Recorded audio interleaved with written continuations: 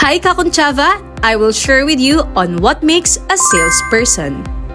First, a salesperson make a good first impressions. They have a neat and well-groomed look about them.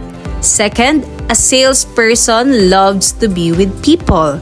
They want to please their clients and buyers. Third, a salesperson is a good listener. They are patient with prospects and not too pushy. Fourth, a salesperson behaves professionally.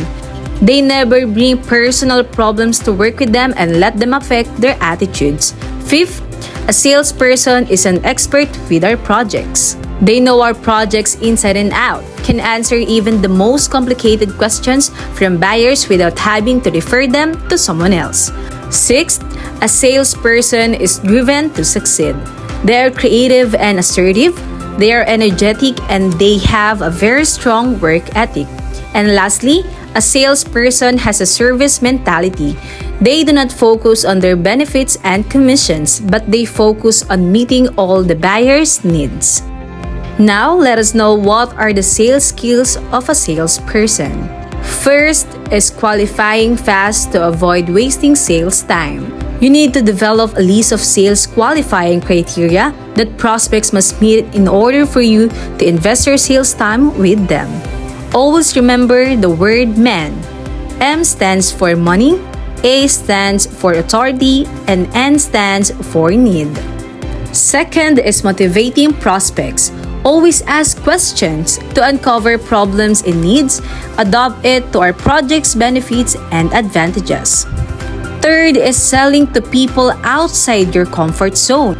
Don't ignore people that you don't have natural rapport with. Match speech patterns with people to gain rapport. Fourth, have more fun. Focus on selling at your best only to qualified prospects and you'll close more sales and have fun doing it. Ngayon naman, ating aalamin kung ano nga ba ang benefits of being a salesperson.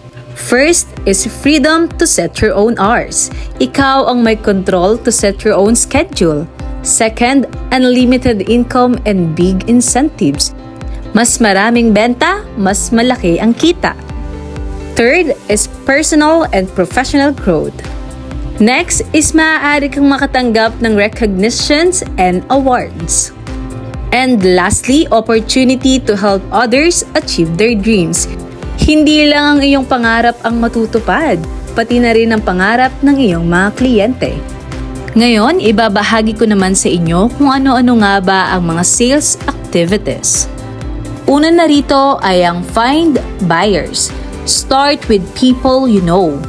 Ito nga ang tinatawag natin na 5Ks kung saan K for kapamilya, K for kaibigan, K for kakilala, K for kapitbahay, and K for katrabaho. Talk to at least 3 people every day.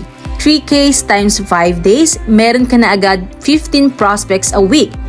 And in a month, meron ka na agad 60 prospects. At para lalong mas dumami ang iyong prospects, ask for at least 3 referrals from every prospects. Laging tandaan, always ask anytime, anywhere, and anyone. Second is schedule saturation or leafletting. Mag-schedule ka ng saturation and leafletting at least once a month. Maaari itong gawin sa mga malls, terminals, commercial and industrial areas, at maaari ring magsagawa ng house-to-house leafletting at ito naman ay sinasagawa sa mga residential and commercial areas near the specific project. Pangatlo, attending manning schedules and open house. Pang-apat, presenting the leaflets, maps, and price list. Always bring the leaflets. You will never know when you will meet a prospective buyer. Familiarize yourself with the different specifications and prices of the houses. Be updated on inventory of units and learn how to compute different HDMF loan terms from 1 year to 30 years and bank financing.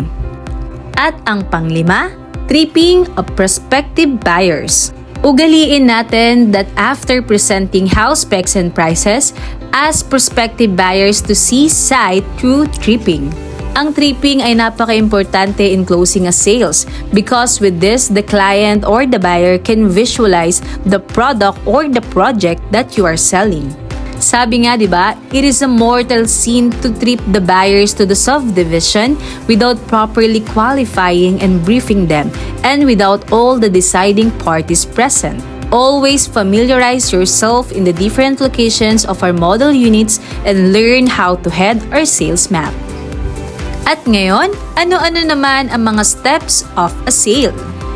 Number 1. Plan your approach. Find out as much as you can about your target customers. Alamin mo kung ano ba ang mga pangangailangan nila. Identify decision makers and other individuals who influence purchasing decisions. Your aim is to talk with the person who has both the budget, authority, and the need to buy the project. Be clear on what you achieve. If you want to make a sale, set up a meeting. Prepare your pitch. Define which key benefits the project or service has for his particular customers and focus them during the conversation. Pangalawa, getting access. Engage the customer's interest. Introduce yourself and establish the basis for talking. Be prepared to be persistent, particularly if you don't have existing relationship. If you have an immediate brush off, try to keep the conversation going. If customers say they need to think about it, ask what their concerns are. Next is asking questions. Start with question to which you know the answer will be yes. Alamin kung ano ba ang sitwasyon ni customer. Use open questions that cannot be answered with a simple yes or no. Show your understanding of the customer's field of business and encourage them to talk about themselves and ask you a questions. Always listen carefully and take notes. Always check that you have understood the customer's needs by summarizing in your own words what he or she has said. Pang-apat, always sell the benefits. Once you understand what customers are looking for, you must show what benefits they will get from buying the project. Ibenta ang benefits, hindi ang features. Features describe what the project has.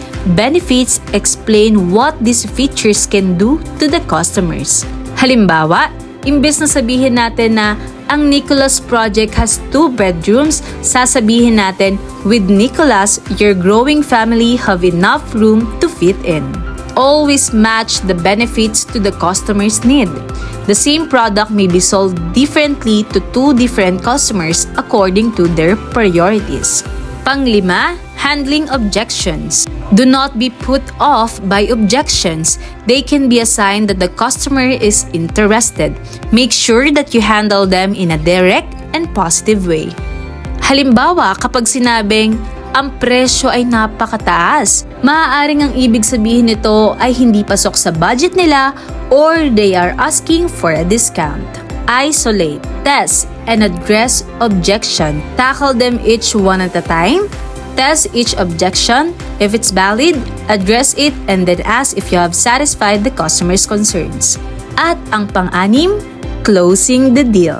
Here's are the 5 techniques in closing a sale. First is empty offer close.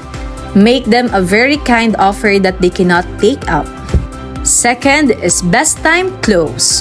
It works by emphasizing how now is the best time to buy and how delaying is not the best thing to do.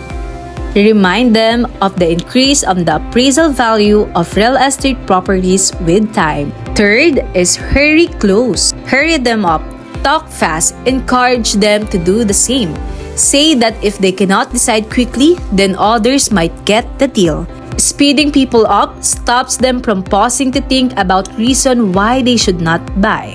Number 4, ownership close. Always act as if they already own what is being sold. Discuss how it already fits into their lives.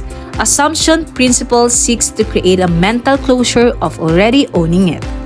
And lastly, quality close. Emphasize quality over other factors, particularly price. Talk about how other people will be impressed by the quality of the project. It appeals to the customer's vanity or their sense of longer-term value. You're associating their identity with quality and the value via framing price across time. Hindi dyan nagtatapos dahil tayo ay may pangpito. This is after-sales service. It is very important to stay connected with the customer after the sale is closed. By providing your service before and after the sale, it will establish your rapport to them. Always assume that they will give you referrals after they receive good customer service with you. Kakuntsaba, always remember, selling is a numbers game, which simply means some will, some won't. Some do, some don't. Some can, and some can't. Ngayon, paano naman ang gagawin natin turning a no into yes? Kung ang concern nila ay walang tiwala, ang ating solusyon, over 25 years in building quality and affordable homes. All units are complete. Busy sila? Ang solusyon natin, leave the flyers and ask for a convenient time to schedule a tripping. Hindi nagustuhan ang project? Ang solusyon natin, we also have tell other project. Magbigay tayo ng option. Don't have enough budget? Ang ating solusyon, introduce initial payment, cash at the moment. These are the ways to close a sale. Number 1, have the right attitude. Second, prepare your materials, what to say, how to sound and look. Pangatlo, timing is important. Know when to get an appointment or sell and share. At ang panghuli, follow up is a must. Laging tatandaan kakuntsaba, believe in your product. Be knowledgeable. Client first, earnings later. Napakaraming paraan to close a sales. As you grow with the business, you would realize that indeed, satisfying your client's need is the best way to close the sale. Always remember, your attitude can make or break the sale.